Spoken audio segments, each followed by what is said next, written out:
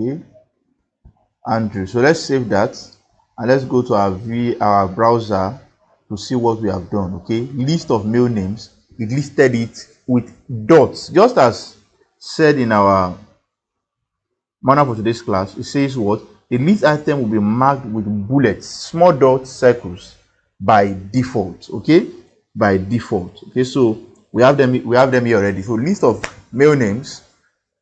Our first one is what? John, then followed by James, and followed by what? By Andrew. Okay, this is how an ordered list look like. UL.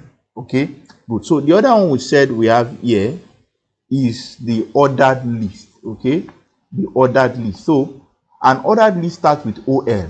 So remember that the unordered list starts with UL, but ordered list now starts with what? OL. Okay, good.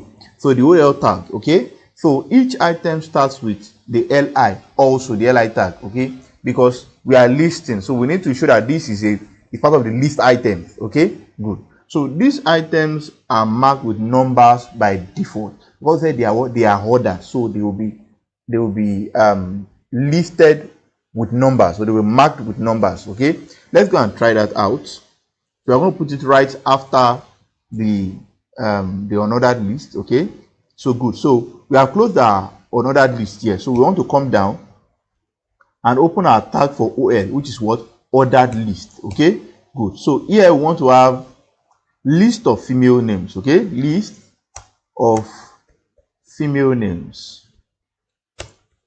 Okay, list of female names. Okay, then under here we want to have our list, our LI. Okay, the number one list is let's say root. Okay, then we want to move to the next one. We want to say what can we say? Rows. Okay, let's say rows. Okay, then let's use the third one. Let's use Mary as the third one. Okay, Mary as the third one. Let's save that.